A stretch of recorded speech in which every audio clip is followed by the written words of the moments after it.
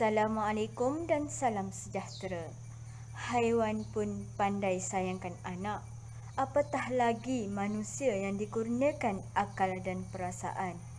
Namun, apa yang berlaku dalam kalangan anggota masyarakat pada hari ini amat berbeza. Saban hari, isu-isu yang melibatkan kanak-kanak menghiasi dada-dada akhbar di Malaysia.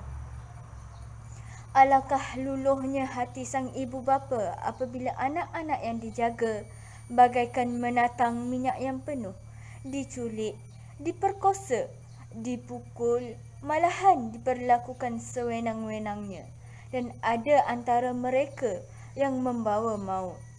Bersama saya, Nasyitah Muhammad Jaafar, menyingkap isu jenayah terhadap kanak-kanak.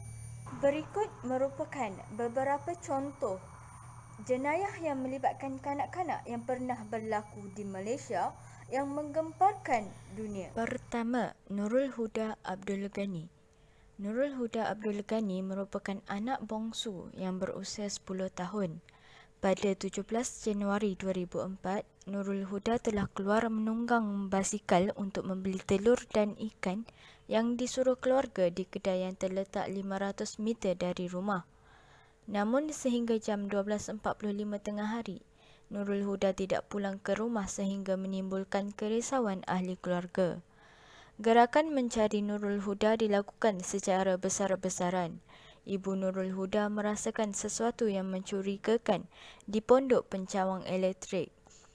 Setelah polis bergelut dengan pengawal keselamatan yang enggan membuka pagar pencawang, alangkah terkejutnya apabila Nurul Huda ditemui dalam keadaan tidak berpakaian dan tidak sedarkan diri. Nurul Huda dipercayai telah dirogol dan disahkan meninggal dunia sebaik sahaja tiba di pusat kesihatan. Kedua, Nurin Jazlin Jazimin. Tiada siapa yang boleh melupakan kekejaman yang menimpa adik Nurin Jazlin. Nurin dilaporkan hilang setelah keluar ke pasar malam untuk membeli sepit rambut pada 20 Ogos 2007. Namun pada pagi 17 September 2007, sebuah beg sukan telah ditemui oleh pemilik kedai yang ditinggalkan di depan rumah kedai di Petaling Jaya. Apa yang mengejutkan, isi beg tersebut merupakan mayat seorang kanak-kanak yang tidak berpakaian dan tidak dikenali. Hasil bedah siasat mendapati pembunuh memasukkan timun dan terung ke dalam kemaluan kanak-kanak tersebut sehingga rektumnya pecah dan dijangkiti kuman. Terdapat juga kesan lebam pada tubuh mayat kanak-kanak tersebut. Walaupun pada mulanya ibu bapa Nurin Jazlin menyangkal bahawa mayat kanak-kanak tersebut adalah milik anak mereka, namun ujian DNA mengesahkan mayat tersebut milik Nurin Jazlin. Nurul Nadirah Abdullah. Nurul Nadirah atau lebih mesra dipanggil Dirang berusia 5 tahun ketika dilaporkan hilang pada 1 Mac 2012.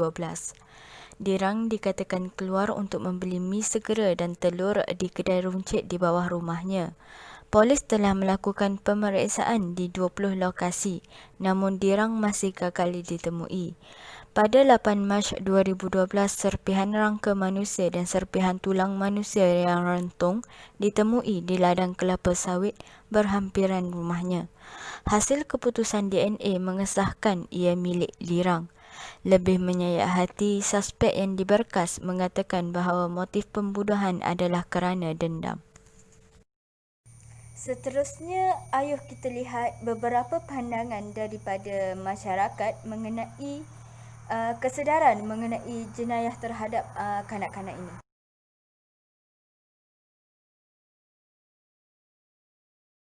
Pada pandangan saya mengenai tentang jenayah dalam kalangan kanak-kanak, banyak. Yang contoh saya tahu, misal kata dalam penderaan, iaitu penderaan fizikal, penderaan seksual. Penderaan fizikal tu macam rotan, cubit, pukul dan lain-lain lah yang mana mendera budak-an. Yang kedua tu macam penderaan seksual, macam rogol, liwat. Itu yang melibatkan seksual lah. Kalau penderaan emosi tu kalau macam bully, bully dalam bentuk fizikal ke dalam bentuk perkataan ke, itu salah satu penderaan yang boleh beri kesan kepada kanak-kanak jugalah. Nah, buat masa sekarang ni apa yang kita lihat, banyak berlaku gejala-gejala yang melibatkan kanak-kanak. Seperti yang saya cakap tadi itulah. Tapi kebanyakan apa yang saya lihat lebih kepada penderaan lah.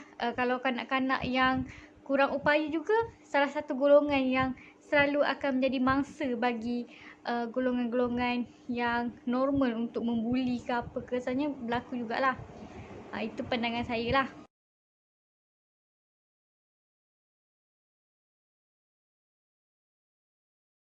Okey, kakak, apa jenayah yang melibatkan kanak-kanak yang kakak tahu yang pernah berlaku lah dekat Malaysia ni?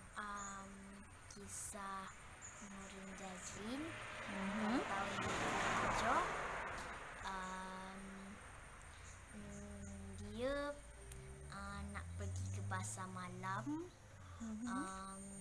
berseorangan.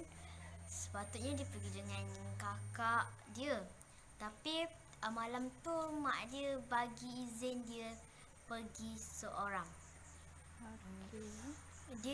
Dia pergi situ nak beli getah rambut, sepit rambut. Okay, macam mana adik arwah Nurin Jazlin tu meninggal? Kakak tahu tak? Dia didera, lepas tu diperkosa, lepas tu macam lepas tu dia kena pukul, lepas tu sampailah dia mati. Okey, contohnya kan, kalaulah ada orang yang tak kenal yang macam tarik kakak ke, apa yang kakak akan buat? Macam lari lah. Oh, maksudnya kakak akan lari lah. Tapi kalau kita tengoklah dia tu macam misteri ke tidaklah macam tu. Jadi kesimpulannya, kita dapat tengoklah sebenarnya kesedaran mengenai jenayah yang melibatkan kanak-kanak ni masih orang kata agak rendah dalam kalangan anggota masyarakat kita. Jadi sebagai seorang yang bertanggungjawab, semua pihak mesti ambil tanggungjawab masing-masing untuk beri kesedaran kepada orang lain untuk membanteras masalah jenayah melibatkan kanak-kanak ni. Jadi kita tak naklah kan anak-anak kecil yang tak berdosa jadi mangsa lah. Jadi untuk itu semua pihak lah harus bertanggungjawab, harus ambil peranan, harus peka dengan situasi sekeliling dan sebagainya. Jadi sebelum saya akhiri video ni, saya ada sediakan beberapa contoh pendidikan jenayah seksual terhadap kanak-kanak. Yang ni untuk tontonan kanak-kanak supaya kita dapat bagi pendidikan macam mana nak minta tolong dan sebagainya. Bye. Ini Dave. Setiap petang selepas sekolah, Dave akan mengulang kaji pelajarannya bersama Abang Man, seorang tutor. Tetapi, Abang Man mempunyai niat yang tidak baik terhadap Dave. Abang Man kini mengambil kesempatan dan meraba Dave. Dave kemudian menjerit dan melarikan diri dari Abang Man. Kemudian memberitahu Cikgu Ain mengenai kejadian tersebut. Lalu Cikgu Ain menelefon 999 untuk melaporkan kejadian tersebut kepada pihak berkuasa. Akhirnya, Abang Man berjaya ditangkap oleh polis. Ingat ya adik-adik, jika ada sesiapa menyentuh di mana-mana bahagian badan adik-adik, jerit dan lari. Kemudian, beritahu kepada ibu bapa atau penjaga mengenai kejadian tersebut. Suatu petang, Lily, Nur dan Atan bermain di taman permainan berdekatan rumah mereka. Sedang mereka bermain, Atan mengajak Nur ke tempat yang agak tersembunyi. Dengan tiba-tiba, Atan cuba mencium dan meraba Nur. Kerana terkejut, Nur menjerit dan melarikan diri dari Atan. Nur memberitahu Lily mengenai kejadian tersebut. Lily memberitahu Nur mengenai zon larangan sentuh yang dipelajarinya di sekolah. Terdapat bahagian badan tertentu seperti mulut, dada, kemaluan dan punggung yang tidak boleh disentuh oleh sesiapa pun. Nur dan Lily kemudiannya memberitahu ibu Nur mengenai kejadian tersebut. Lalu, Ibu Nur menelpon 999 untuk melaporkan kejadian tersebut kepada pihak berkuasa. Ingat ya adik-adik, jika ada mana-mana bahagian badan adik-adik disentuh oleh seseorang, jerit dan lari. Kemudian, bagi tahu kepada rakan yang dipercayai, ibu bapa atau penjaga mengenai kejadian tersebut.